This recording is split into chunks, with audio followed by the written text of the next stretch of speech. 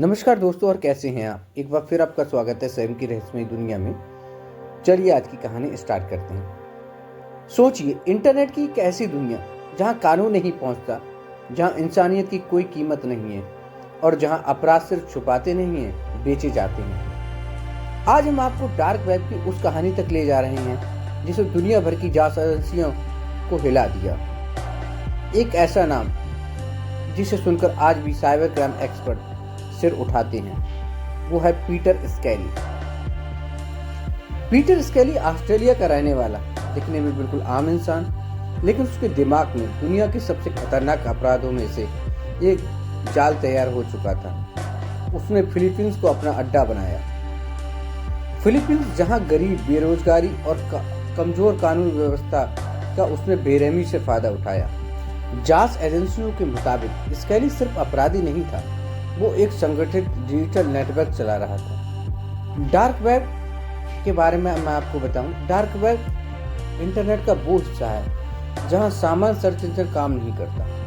यहीं से स्कैली ने दुनिया भर में बैठे अपराधियों से संपर्क किया, पहचान छुपाने के लिए इनक्रिप्शन, भुगतान के लिए क्रिप्टोकरेंसी और अपराध के लिए मासूम बच्चे। ये कोई अकेला अपराधी नहीं था, एक अंतर्राष्ट्रीय साइबर नेटवर्क था। जांच में सामने आया कि स्कैली गरीब परिवार को निशाना बनाता था।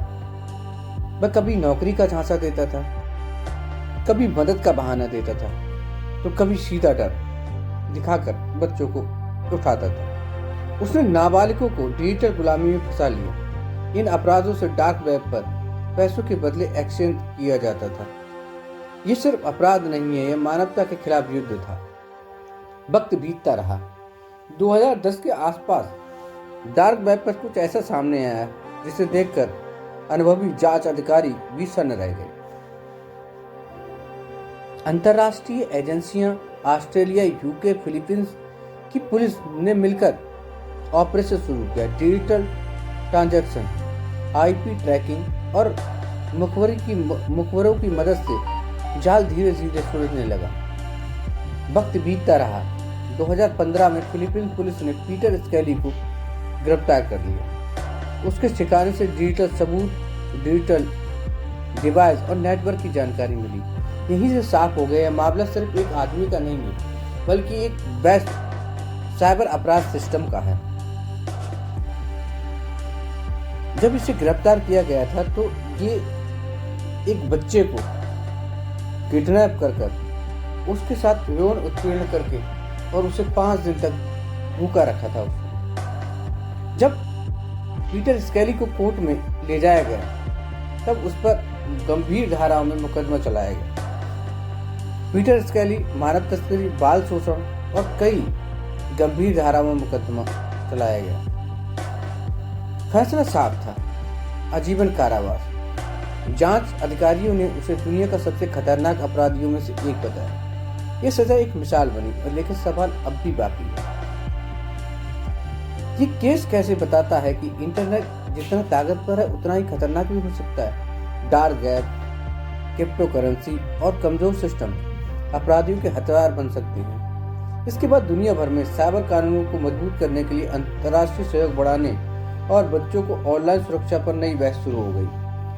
पीटर स्कैली की कहानी ये सिर्फ डराने के लिए नहीं है, ये एक चेतावनी है।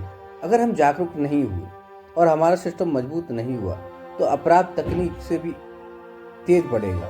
इसलिए सवाल यह नहीं है कि डार्क वेब मौजूद है या नहीं, सवाल यह है कि हम उससे लड़ने के लिए कितने तैयार हैं। दोस्तों, पीटर स्कैली की कहानी तो बस इतनी ही थी, लेकिन आपने देखा होगा कि इंटरनेट से बहुत सारे बच्चे न जाने कहां कहां चले जाते हैं। तो मुझे उम्मीद है ये कहानी आपको जरूर अच्छी लगी होगी। आज के लिए बस इतना ही। कल फिर मिलेंगे एक नई कहानी, एक नई खबर के साथ। धन्यवाद।